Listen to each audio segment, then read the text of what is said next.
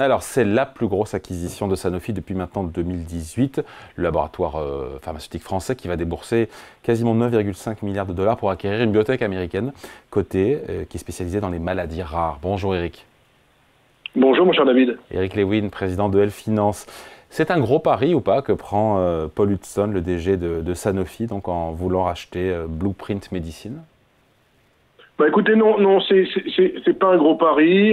C'est certes sa plus grosse opération depuis son arrivée en 2019. C'est même la plus grosse opération depuis Bioverativ en 2018 pour 12 milliards de dollars, qui était un spécialiste de l'hémophilie et des maladies rares du sang. Ce qu'on peut dire, c'est que ce qui est intéressant dans ce dossier, c'est qu'il y a déjà un médicament qui s'appelle Levakit, qui traite les maladies génétiques rares et qui devrait faire cette année au moins 500 millions de dollars de chiffre d'affaires, avec 2 milliards d'ici 2030. Il faut comprendre que c'est une maladie qui touche 25 000 personnes aux États-Unis. Alors pourquoi en fait cette acquisition? En fait, la grande problématique de Sanofi, c'est qu'ils ont un médicament qui s'appelle le Dupixent, qui est son blockbuster, qui réalise 30 milliards de chiffre d'affaires sur les 40 milliards que réalise Sanofi. C'est quasiment... Pour moi, c'est 13 milliards. Pour moi, c'est 13 milliards de chiffre d'affaires. Oui, c'est ça, 13 milliards de chiffre d'affaires sur les 40 milliards réalisés par le groupe. Pardon, David, pardon. Les 13 milliards de chiffre d'affaires sur les 41 milliards réalisés par Sanofi. Donc, ce médicament est un blockbuster qui traite notamment les maladies immunitaires allant de la dermatite atropine à l'asthme. Et ce qui est la grande problématique, c'est qu'en 2031, ce médicament devrait tomber dans le domaine public. Il sera donc concurrencé. Et donc, il faut très vite, très vite, que Sanofi trouve les 10 milliards de chiffre d'affaires complémentaires pour compenser la perte d'exclusivité du Dupixent. Et donc, c'est ce qu'a voulu faire Paul Hudson, c'est qu'il faut très vite qu'ils trouvent des médicaments. Ils ont eu la semaine dernière un échec dans, vous savez, tout ce qui concerne la bronchite chronique du fumeur. Il y a eu un échec en phase 3. Ils étaient en partenariat avec Regeneron. Il y a eu un échec et le titre a beaucoup baissé. Donc, toute la stratégie maintenant de Sanofi, c'est de trouver soit des biotech, soit des médicaments qui pourraient être les fameux blockbusters. Ils avaient acheté en mai, c'était passé un petit peu inaperçu, Vigil Neurosciences Biotech, dans les maladies neurodégénératives, dépensant 470 millions de dollars parce qu'il y a urgence. Vous savez que ça va tomber dans le domaine public, je le disais, en 2031, le Dupixent, mais que d'ici là, il faut aller très vite parce que dans les biotech, on met entre 7 et 10 ans à créer vraiment un médicament. Donc c'est pour ça qu'ils achètent quantité de biotech en ce moment. Ils dépensent beaucoup pour essayer de compenser tout ça.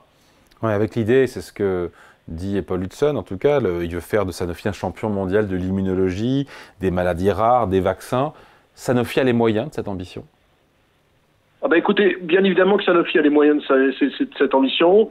C'est très bien géré, donc il y a pas de problème pour s'endetter. Après, la grande problématique, et on va peut-être, David, si vous voulez, parler assez rapidement du cours de bourse, c'est qu'il y a quand même beaucoup d'incertitudes sur le secteur. Alors, je vous parlais de l'échec clinique, notamment sur l'ITP-Kima, qui est la bronchite du fumeur.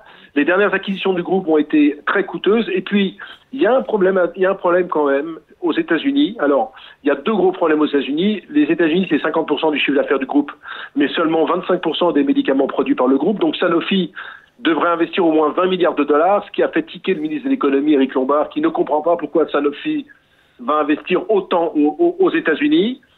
Et puis c'est quand même très important. On comprend aisément, Eric, on le comprend aisément quand vous dites que le marché américain, c'est la moitié des revenus du groupe. Ben bien sûr, mais en fait, du côté d'Éric Lombard, il se disait, mais pourquoi ils n'investissent pas en France? La problématique, c'est qu'il faut investir très vite aux États-Unis. Un, pour plaire à Donald Trump, et aussi parce que vous savez que dernièrement, Donald Trump avait menacé les labos, menacé de baisse des prix, ce qui pourrait coûter 1000 milliards aux labos. Pourquoi?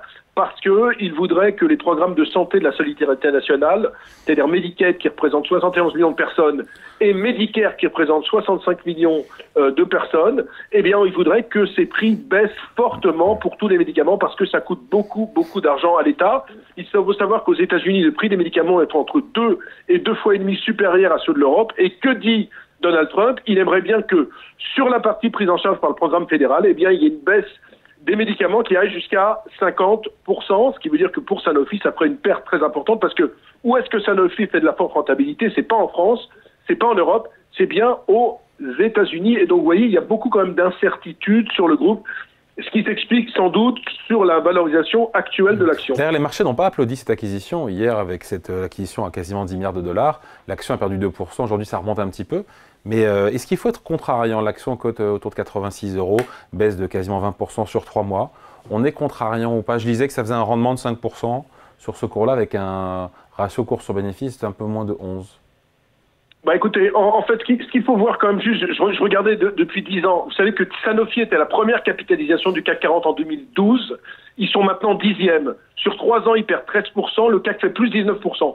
Donc moi, mon feeling quand même, c'est hors folie de Donald Trump sur les droits de douane, parce que il faut bien comprendre quand même que la pharmacie, je vous expliquais, c'est une problématique de droits de douane. Donc si Donald Trump commence à dire aux laboratoires pharmaceutiques, écoutez, même si vous investissez beaucoup d'argent aux États-Unis, vous baissez le prix des médicaments vendus aux États-Unis pour le programme fédéral, ça peut être pas terrible. Maintenant, si on extrait tout ça, si on se dit que Donald Trump va se calmer et que c'est Scott Bessent qui l'a emporté définitivement parmi ses conseillers, secrétaire d'État au Trésor, qui lui dit attention sur les droits de douane, le titre n'est pas cher, le rendement, vous aviez raison, ça fait un rendement de 5%, ça fait un PER de 10. Il faut savoir que cette année, le bénéfice par action est attendu en hausse de 15%, avec notamment un massif programme de rachat d'actions de 5 milliards. Le titre est à son plus bas depuis 1 an.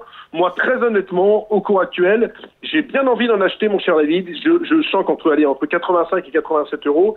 Ça peut être très intéressant. Maintenant, il y a les incertitudes dont j'ai parlé, la problématique du Dubixen qui est 30% de son chiffre d'affaires. Vous aviez raison, 13 milliards de chiffre d'affaires. La problématique américaine aussi importante. Et puis, trouver des débouchés assez rapidement, parce que la semaine dernière, ils ont eu un échec dans le fumeur, le titre a perdu 5%, donc on sent quand même que les investisseurs sont très nerveux et se disent il ne faudrait pas que la société se retrouve d'ici 3-4 ans sans véritable relais de croissance, parce que ça pourrait être compliqué sur le titre. Mais en termes de valorisation pure, elle est moins chère de 25 à 30% par rapport à tous les autres laboratoires pharmaceutiques mondiaux. C'est la moins chère dans le monde parmi les pharmaceutiques du secteur. Allez, merci beaucoup. Point de vue signé Eric Lewin, président de L Finance. Merci Eric, salut. Salut.